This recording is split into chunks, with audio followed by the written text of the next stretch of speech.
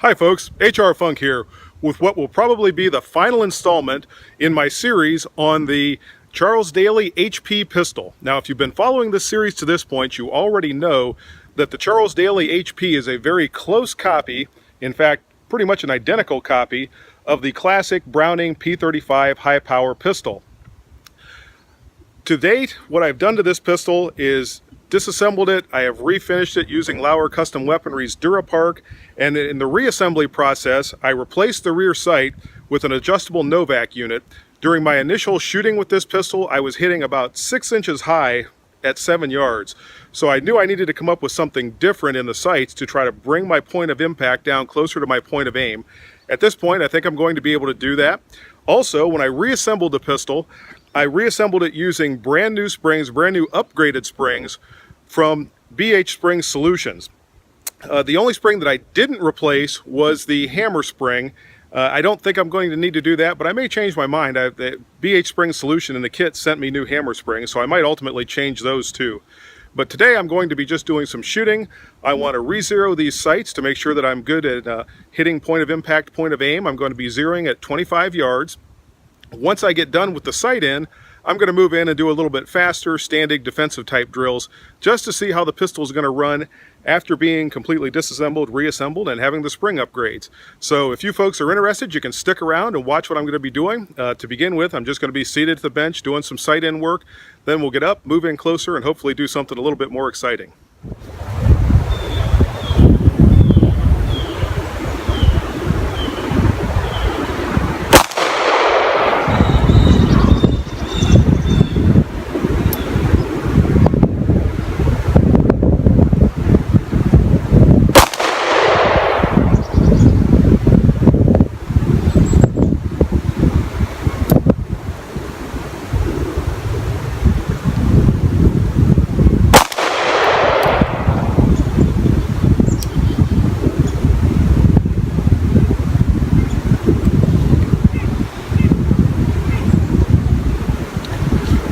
Okay folks, let's go take a look at the target.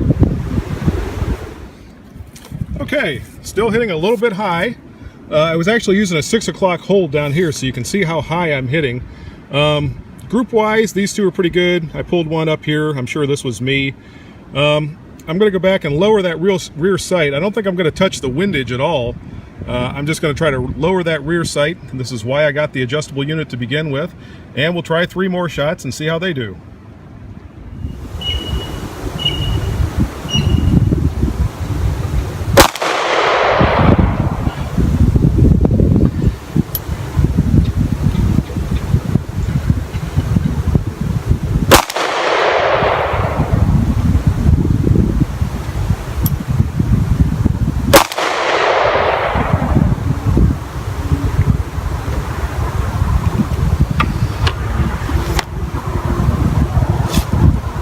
And there's 3 more. Let's go take a look. Okay, a little bit of a confession to make here. When I fired my first 3 shots on camera, I had one here, and then I managed to pull one over here. So I went back and fired another shot just to try to see if this was me, or if I needed to make a windage correction on my sights. Next shot was here. I'm tending to think this is me. For some reason, I'm pulling these shots to the right a little bit. Okay folks, I'm going to slow it down a little bit again. I'm back at 50 feet. I'm going to do a slow fire string from back here just to see what kind of accuracy I can eke out of the pistol shooting it offhand at this distance.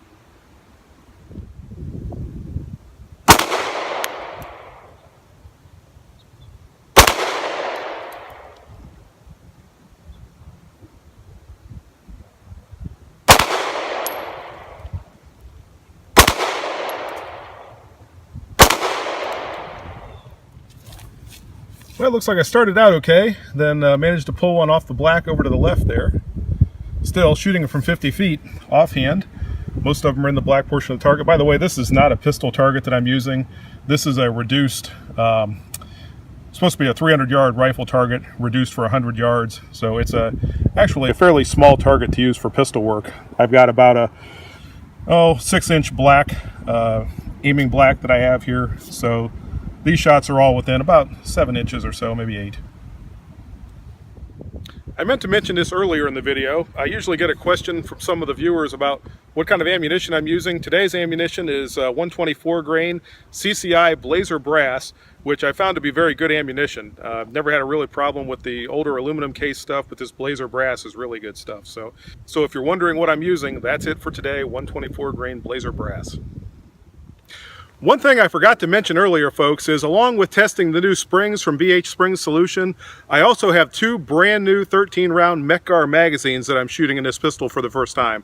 So I'm doing a lot of testing here today. I'm testing the finish, I'm testing the springs, I'm testing the magazines, and I'm testing me. So of all those things, I'm probably the weak point or the weak link in the chain.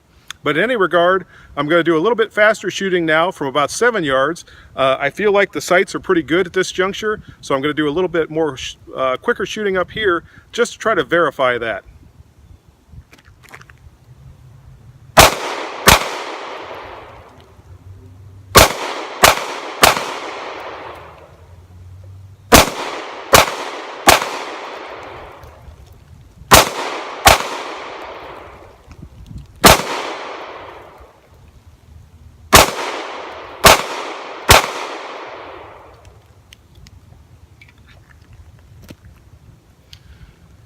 I'd say that magazine's working pretty well.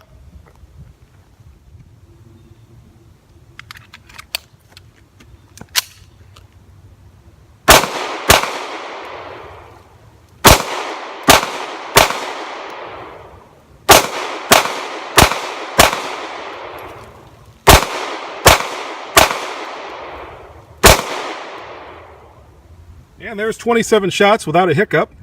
I'm pulling them just a smidge low at this distance, but that's me and not the pistol. Overall, I'm pretty happy with that. That's 27 shots offhand, the bulk of which is in about a 5-inch spread there. So I'm not feeling too bad, especially shooting at that tempo. All right, folks, so much for the serious stuff. Let's shoot some bottles from about 20 feet and have some fun.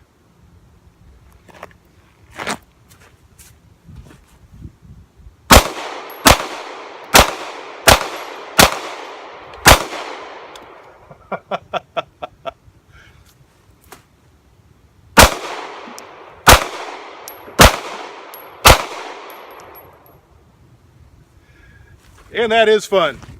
And in case you weren't counting, that's another 50 rounds through the Charles Daly High Power with all the new springs that I talked about. Oh, one thing that I didn't mention before, the recoil spring that I put in here is the 18.5 pound recoil spring. I put that in to try to soften the recoil a little bit. Not that it was punishing before, but I thought it might soften the recoil, maybe help with the muzzle flip a little bit. And as you can see, when I'm shooting the bottles, I'm not having any problem keeping them on there, just moving from bottle to bottle to bottle. This thing's a lot of fun.